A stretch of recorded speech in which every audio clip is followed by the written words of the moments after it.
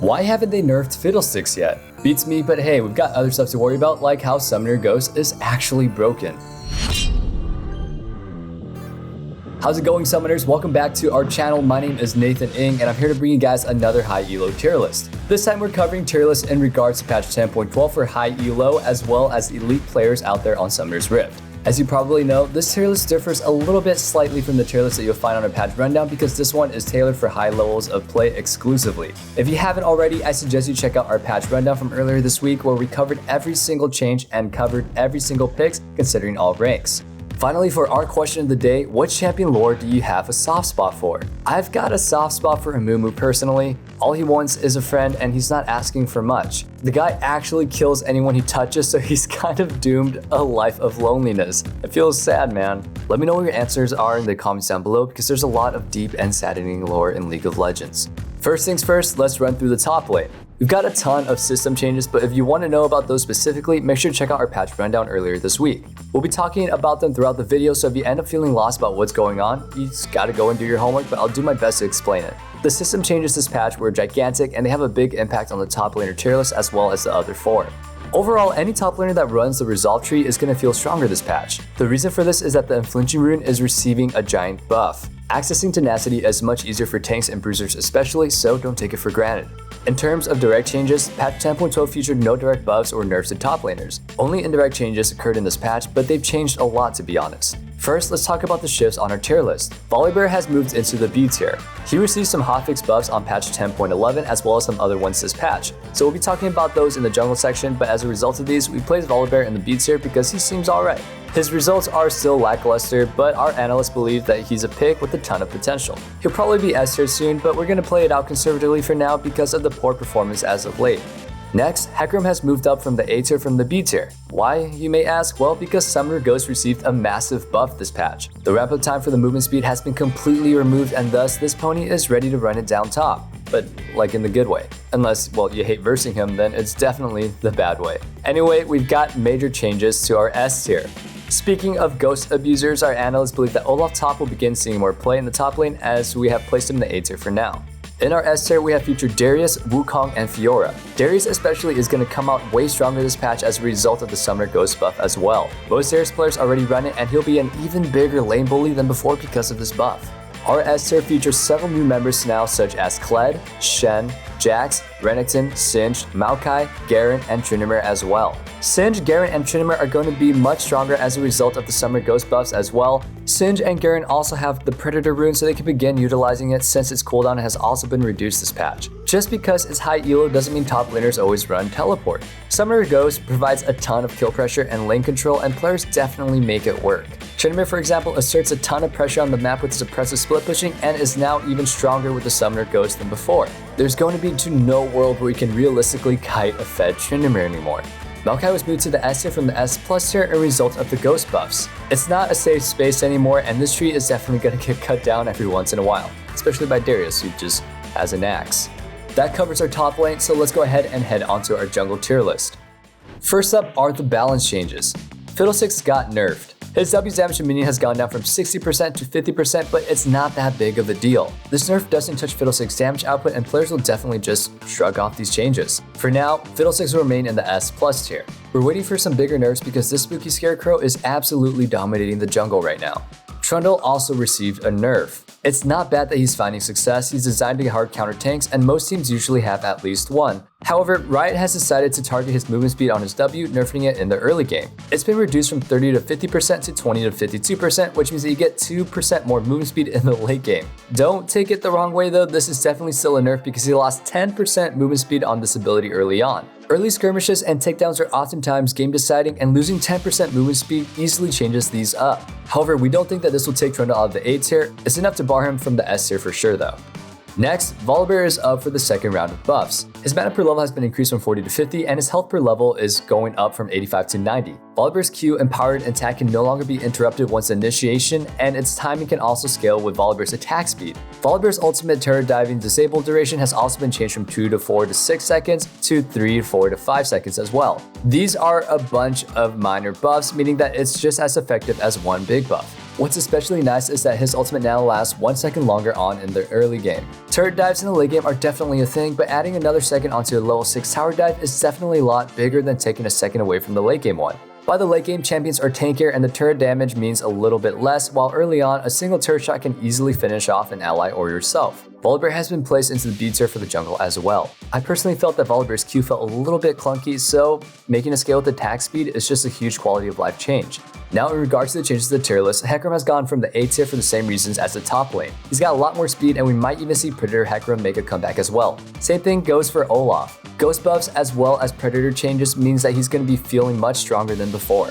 Thus, he's going to be moved into the S+ tier alongside Rek'Sai, Elise, Wukong, Graves, and Fiddlesticks. In our S tier, we have Lee Sin, Kha'Zix, Rengar, Zac, Nidalee, and Kayn. Rengar is on the cusp of pushing onto the S+ tier by the way, so we're going to definitely keep an eye on him. Although his win rate tapers off slightly in elite levels of play, Rengar fell slightly short of 53% win rate in Diamond Plus this patch. His burst damage and stealth makes him rather impressive to play against when he's ahead. With how much damage Rengar outputs early on, it should become nobody's surprise that he manages to pop off so often anyway. After gaining a lead, he's able to jump onto basically anyone and delete them from the map.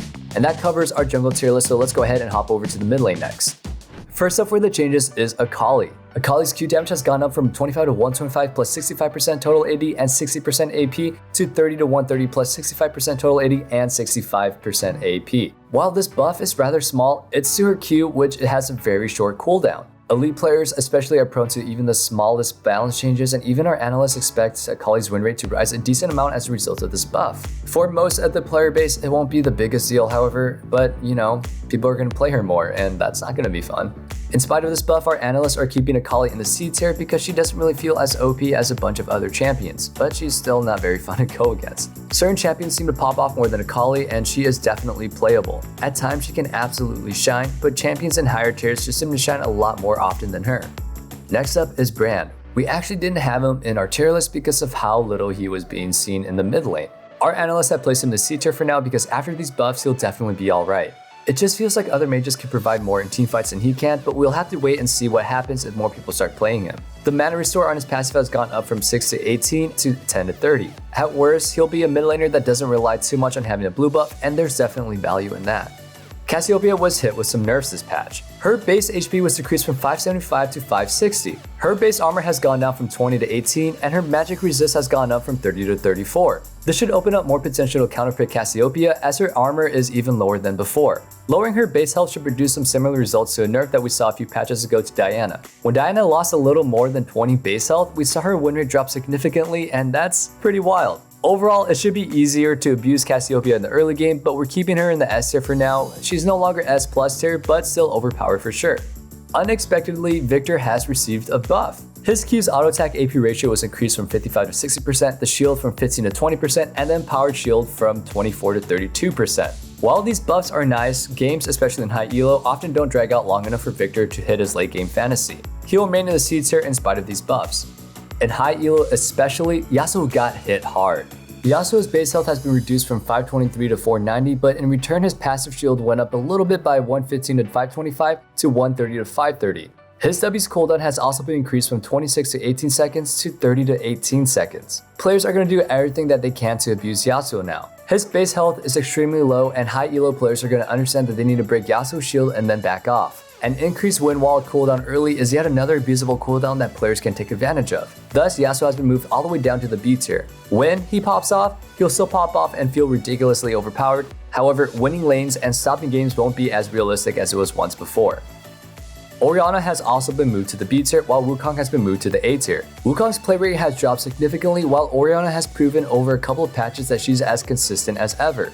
And in high ELO, consistency is everything. Wukong seems like he's being relegated to a niche pick now in the mid lane, and players are more comfortable picking him either top or jungle for now. Thus, our S+ tier list consists of Zoe, Galio, and our newest member, Twisted Fate. Like we mentioned in our last video, Twisted Fate has been popping off and was looking extremely overpowered in high ELO as a result of back-to-back buffs, one directly to him and one to the Zeal items. He's absolutely killing it in high ELO, and he definitely deserves a spot in the S+ tier because of how much map control he provides and respect that he commands from his opponents. If he's going against a tough lane, he can always just farm safely and then just gank at level 6.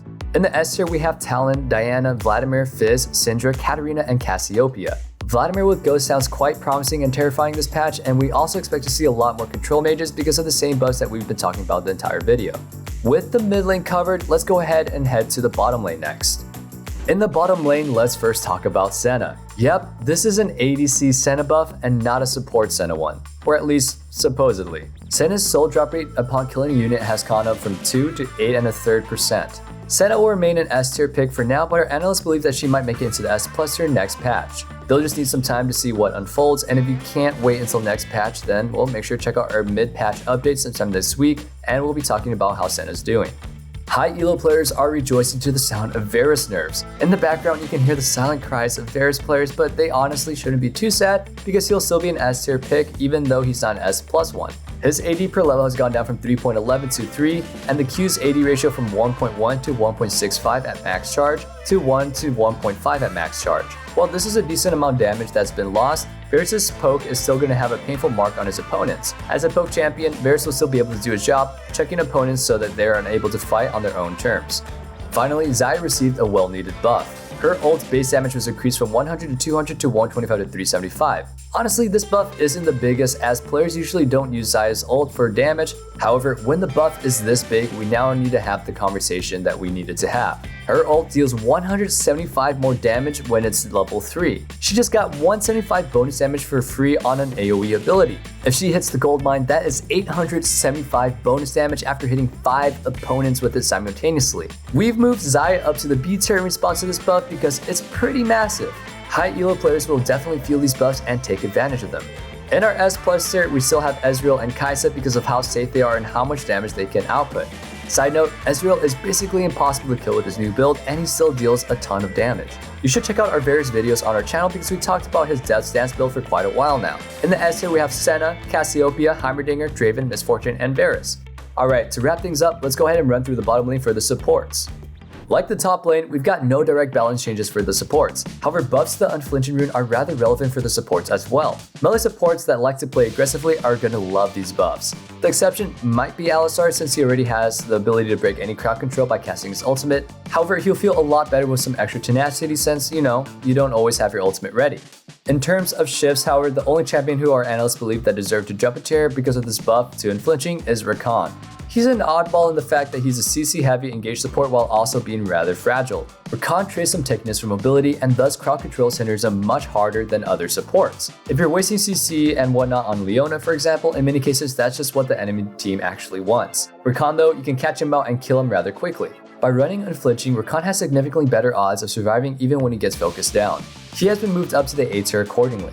The next shift that we made is that Fiddlesticks is now in the B tier because of his newly found tank build. Pro players are starting to use it as well, and you're definitely going to need to check it out. Frozen Heart and Spirit Visage make Fiddlesticks an extremely annoying drain tech that actually deals a decent amount of damage. Our S plus tier for supports consists of Senna and Bard, while our S tier consists of Thresh, Leona, Blitzcrank, Lulu, Yuumi, and Janna. High elo players definitely need to watch out for the playmaking supports this patch, as Unflinching is going to make them so much safer to play, and high elo players will definitely want to take advantage of this. That concludes our 10.12 high elo tier list, and if you enjoyed the video, make sure to leave a like, comment, and also subscribe so you can stay updated with all different kinds of content that we're releasing. Also, like I mentioned earlier, check out ProGuides.com if you're serious about climbing this season. Until next time, see you guys in the comment section down below and on the Rift. Again, my name is Nathan Ng. Have a wonderful day, stay safe, and stay healthy. Peace out.